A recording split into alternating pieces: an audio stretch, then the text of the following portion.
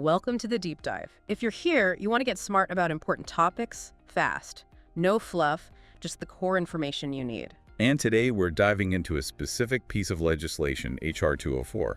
It's also called the ACRES Act. Right. The Accurately Counting Risk Elimination Solutions Act. Sounds important, especially with wildfire risk being such a hot topic. It is. And for this deep dive, we're sticking strictly to the source, the official text of the bill itself. Passed the House, moved to the Senate back in January 2025. Good. So, straight from the source. Our mission today, then, is to really unpack this ACRES Act. What's it actually demanding? Why could it be a big deal for managing wildfire risk on federal lands? And what information are we, the public, going to get access to that maybe we didn't have before? Exactly. Okay, so wildfires, federal land management reporting. It seems the core idea is better tracking and accountability. That's a good way to put it. The absolute heart of the ACRES Act is this requirement for annual reports. Annual reports, Yeah. Starting the fiscal year right after it becomes law, the Secretary of Agriculture, think National Forests, and the Secretary of the Interior, covering other federal lands, like national parks, Bureau of Land Management lands, they both have to submit a report. And submit it where? Just internally? No, that's key. It gets submitted as part of the president's budget materials each year. So it's recurring, it's public, and it's tied to the budget cycle. Ah, okay. Making it part of the budget process gives it some teeth, maybe? Visibility, at least. Definitely visibility. It ensures this isn't just a one-time study that gathers dust. It's an ongoing requirement. Okay, so annual reports are the main mechanism, but what goes in these reports? I imagine it's more than just saying we worked on X number of acres. Oh, much more. The Act is very specific about the data points required for each acre where they do hazardous fuels reduction work. Each acre? Wow, okay. Like what? Well, first, basic stuff, but important. Was the activity actually completed during that reporting year?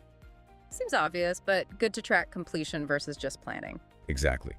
And crucially, each acre treated only gets counted once per year, even if they did, say, thinning and a prescribed burn on the same acre. Ah, so no double counting to inflate the numbers. 1 acre treated is 1 acre reported. Makes sense. Right.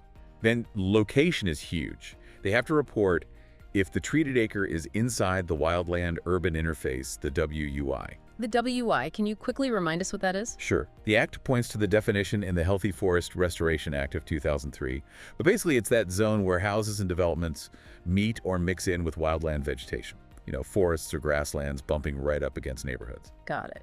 So knowing if the work is happening in those higher risk WUI zones is critical information. Absolutely critical. That's where lives and homes are most directly threatened. Then there's the risk level itself. How so? For every treated acre, the report needs to state the wildfire risk level. They categorize it as high, moderate, or low on the first day of the reporting period, and then again on the last day. Oh, interesting. A before and after snapshot for each acre. Exactly. The idea is to see if the treatment actually reduced the assessed risk. Did that high-risk acre become moderate or low risk by the end of the year because of the work done?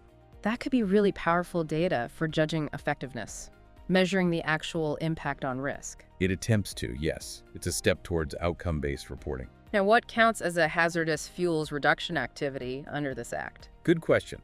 The definition is pretty clear. It's vegetation management aimed at reducing wildfire risk.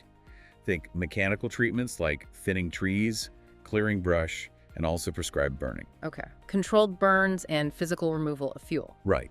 But importantly, the Act specifies that just awarding a contract for the work doesn't count as an activity. The work actually has to be done on the ground. Another important clarification, focus on action, not just paperwork. Correct. It also asks them to differentiate between planned projects and, say, fuel reduction that happens as part of managing a naturally ignited wildfire for resource benefits. Different contexts. Okay, and what about the cost? Is that tracked? Yes. The cost per acre for the activities must be reported for each treated acre. Cost per acre. That allows for some analysis of, well, bang for your buck, potentially. Potentially, yes. Or at least understanding the investment levels in different areas or using different techniques. And alongside cost, they need the specific location, the region or unit, like a specific national forest or park.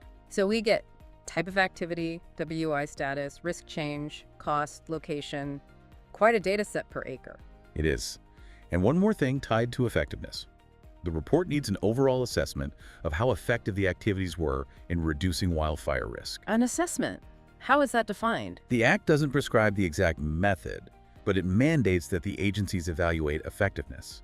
It pushes them to think about whether the actions are achieving the intended goals. Moving beyond just outputs, like acres treated, to actual outcomes like risk reduced, seems like a theme here. It really does.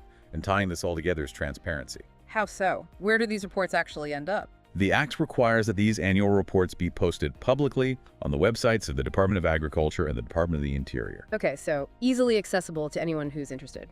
Researchers, journalists, the public. That's the goal. Increase transparency, allowing people to see what's being done, where, at what cost, and with what reported effect. That level of public data access could really change the conversation around federal wildfire management. Now, for all this reporting to be meaningful, the data behind it needs to be solid, right?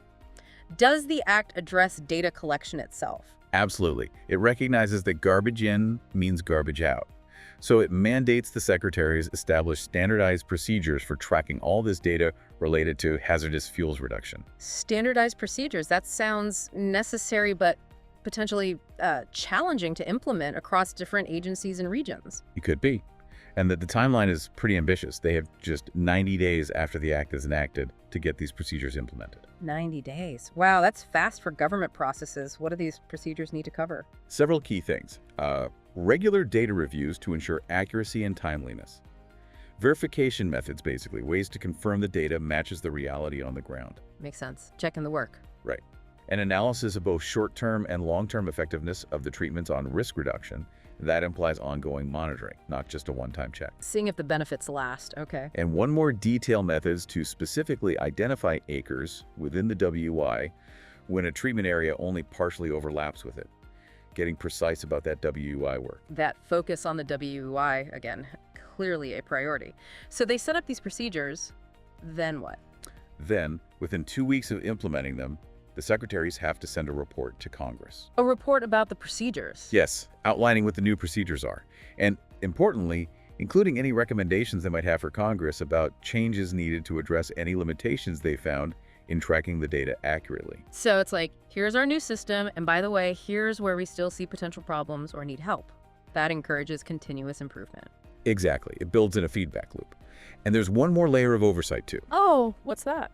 The Act requires the GAO, the Government Accountability Office, to step in. Ah, the independent watchdog. Right. Within 2 years of enactment, the Comptroller General, who heads the GAO, has to conduct a study looking at how the Acres Act is being implemented. What will the GAO study focus on? It'll assess any limitations found in both the reporting side of things and the underlying data tracking procedures. Then, the GAO reports their findings back to Congress. So you get an independent third-party look at whether the Act is working as intended and where the challenges might be. That adds another level of accountability. It does. It's a common mechanism to ensure federal programs are evaluated objectively. Okay, that covers the reporting, the data, the oversight. You mentioned definitions earlier. Any key ones we should quickly recap? Yeah, just briefly. We covered hazardous fuels reduction activity, the thinning, the burning, not the contract award. Oh. Federal lands means lands under interior or agriculture. Secretary Concern just clarifies which secretary is responsible for which lands. Right. Ag for Forest Service, Interior for MPS, BLM, etc. Exactly. And wildland-urban interface points back to that existing definition in the 2003 law. Having these defined helps keep everyone on the same page. Consistency is key for this kind of data collection. Now, the practical question, money. Does the Acres Act come with a big new budget appropriation to pay for all this extra reporting and data tracking? That's a really important point. No, it doesn't. The Act explicitly states it does not authorize any additional funds. So agencies have to do this within their existing budget? Correct. All the activities required by the Act are subject to existing appropriations. It means they need to find the resources within their current funding levels to meet these new, more detailed requirements. That puts the focus squarely on improving information management and processes, rather than just throwing more money at the problem. Interesting constraint. It certainly shapes how implementation will likely unfold. Okay, so let's try to wrap this up. If we boil it down, the Acres Act is really pushing for a major upgrade in how federal agencies report their wildfire risk reduction work. That's the core of it. More accuracy, much more transparency. Through these detailed annual reports, standardized data, public access. Down to the acre level, tracking risk changes, cost, location, especially in the WUA. Exactly. And for listeners, for the public, this could mean a much, much clearer view of what's happening on the ground. Where are taxpayer dollars going in terms of fuel treatments? Are those treatments happening in the places we're most concerned about, like the WUI? And are they actually working based on the agency's own assessments and risk level tracking? Right.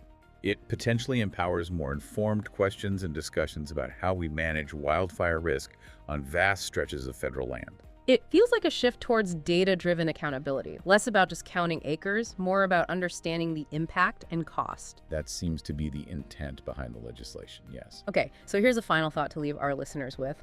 Thinking about all this detailed data becoming publicly available, the cost per acre, the specific locations, the reported effectiveness, the WI focus, what new questions could this enable? What might researchers or community groups or even just concerned citizens start digging into? Yeah, what are the implications of having that kind of granular data out there? Could it drive different decisions about where and how fuel treatments are prioritized? Could lead to some really interesting analyses down the road. Definitely something to think about. Thanks for taking this deep dive with us today.